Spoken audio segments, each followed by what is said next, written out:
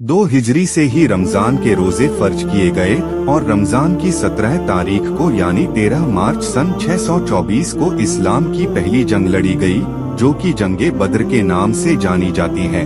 ये वो दौर था जब पैगंबरे इस्लाम हुक्म इलाही लोगों को बताया करते थे और एक अल्लाह की इबादत करने को कहा करते थे, जिसकी वजह से मक्के के लोग उनकी जान के दुश्मन बन गए थे और आपको आखिरकार हिजरत कर मक्के से मदीने आना पड़ा। इस दौरान आपके साथ आपके चंद जानिसार साथी थे और ये सभी इबादतें इलाही किया करते, नमाज पढ़ा करते थे और रोजे फर्ज होने के बाद रोजे रखा करते थे और हर काम अल्लाह की रजा से किया करते थे। तमाम तकलीफों के बावजूद सब्र किया करते थे, मगर खुद आगे बढ़कर कभी लड़ाई नहीं की। लेकिन इसके बावजूद जब कुफ्फार नबी करीम से दुश्मनी की गरज से उन्हें नुकसान पहुंचाने की लगातार कोशिशें की, तो अल्लाह ने अपने प्यारे नबी को हुक्म दिया कि ए नबी, जो तुम्हें तकलीफ पहुंचाए तुम उससे जंग करो। और इसके बाद इस्लाम की तारीख में जो सबसे पहली जंग लड़ी गई वो है जंगे बद्र, जो मदीने से करीब 80 मील दूर बद्र नामक जगह पर लड़ी गई, जिसमें एक तरफ मक्के के कुरैश कबीले के तकरीबन 1000 बड़े बड़े योद्धा शामिल थे, तो दूसरी तरफ पैगंबरे इस्लाम के साथ उनके सिर्फ 313 साथी शामिल थे, जिनमें से ज्यादातर लोगों ने कभी जंग लड़ी ही नहीं थी। यहाँ तक कि जंग के किसी भी किस्म के साजो सामान तक उनके पास नहीं थे।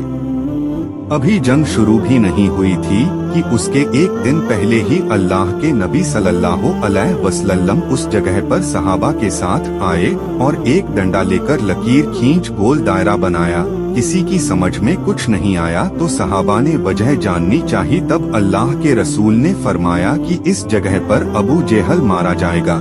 कुछ दूरी पर दूसरा दायरा खींचा और फरमाया कि उमैया यहाँ मारा जाएगा। तीसरा दायरा खींचकर फरमाया सरबा यहाँ मारा जाएगा। चौथी लकीर खींचकर फरमाया कुतबा यहाँ मारा जाएगा। किसी भी जंग में अमूमन होता तो ये है कि पहले जंग होती है और लोग मारे बाद में जाते हैं, मगर कुर्बान जाए आका के हालते गैब के इल्म पर जिसमें जंग बाद में हुई और मरने वालों की खबर पहले दे दी गई। अबू जहल वो बदबख्त था जिसने अल्लाह के रसूल को बहुत बुरा भला कहा था, उन्हें बहुत तकलीफ पहुंचाई थी। इस बदबख्त को जब अल्लाह के रसूल और उनके जानिसारों की खबर मिल गई तो उसने सोचा कि उनकी तादाद ही कितनी है, मुट्ठी भर, इसलिए अच्छा मौका है सबको हलाक करने का, ताकि मान ला कोई मोहम्मद साहब के खुदा को मानने वाला ही नहीं रहेगा तो इस्लाम वैसे ही खत्म हो जाएगा। जब जंग शुरू हुई तो दुश्मनों की तादाद कई गुना अधिक थी, जिसमें कुरैश कबीलों वालों में मौजूद बहुत से लोग किसी न किसी के करीबी रिश्तेदार भी थे। यहाँ तक कि कोई किसी का बाप तो कोई चचा मामू भी थे। तब अल्लाह के रसूल ने अपने रब से दुआ की कि ऐ मेरे रब, अगर इस जंग में हम नाकाम रहे तो फिर तेरी इबादत करने वाला कोई ना रहेगा। अल्लाह ने इस जंग में उनकी मदद फरमाई। इस जंग में अल्लाह के रसूल की तरफ से एक सहाबी उमैदा बिन हारिस ने उस वक्त आपसे जन्नत के बारे में पूछा कि या रसूल अल्लाह, अगर मैं शहीद हो गया तो क्या मुझे भी जन्नत मिलेगी? आपने उससे कहा, हाँ बेशक तुम जन्नती हो। और इस बहादुर सहाबा ने बहादुरी से लड़ते हुए शहादत पाई। अचानक ही जंग के दौरान महाज और मोअव्वीस नाम के 2 बधो आए, एक 10 और दूसरा 12 साल का था। दोनों बधाओं ने हजरते अब्दुर्रहमान बिन औफ से अबू जेहल के बारे में जानकारी ली। उन्होंने उन बधाओं से पूछा, तुम क्यों पूछ रहे हो? तुम्हें जंग से दूर रहना है।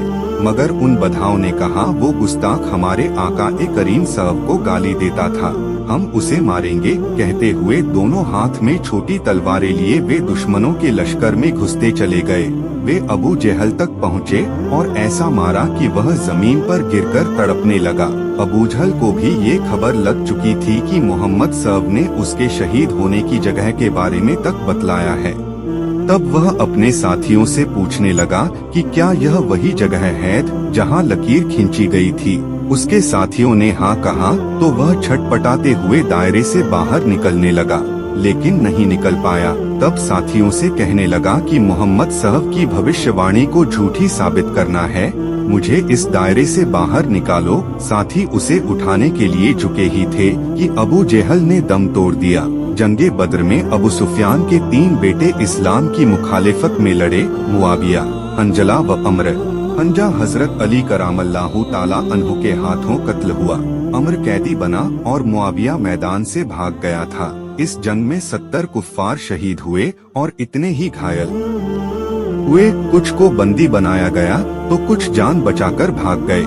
अल्लाह के रसूल के तरफ से जंग करने वालों में 6 मुहाजिर और 8 अंसारी शहीद हुए और आखिरकार हक की जीत हुई। लड़ाई खत्म होने के बाद अल्लाह के रसूल को बेचैन देखकर एक सहाबा ने पूछा, है अल्लाह के रसूल आप परेशान क्यों हैं? आपने फरमाया, कैदियों को जो रस्सियां बांधी गई है उन्हें ढीली करो, इनमें मेरे चचेरे भाई अब्बास भी हैं। और फिर उनके हुक्म के मुताबिक सभी कैदियों को फिदिया लेकर छोड़ दिया गया। इनमें जो पढ़े लिखे कैदी थे उनका फिदिया ये था कि वो 10 बाधों को लिखना पढ़ना सिखाएंगे। ये था अखलाक और इंसाफ हमारे प्यारे आका नबी करीमैन साहब का, जिन्होंने दुश्मनों को भी कभी कोई तकलीफ नहीं दी।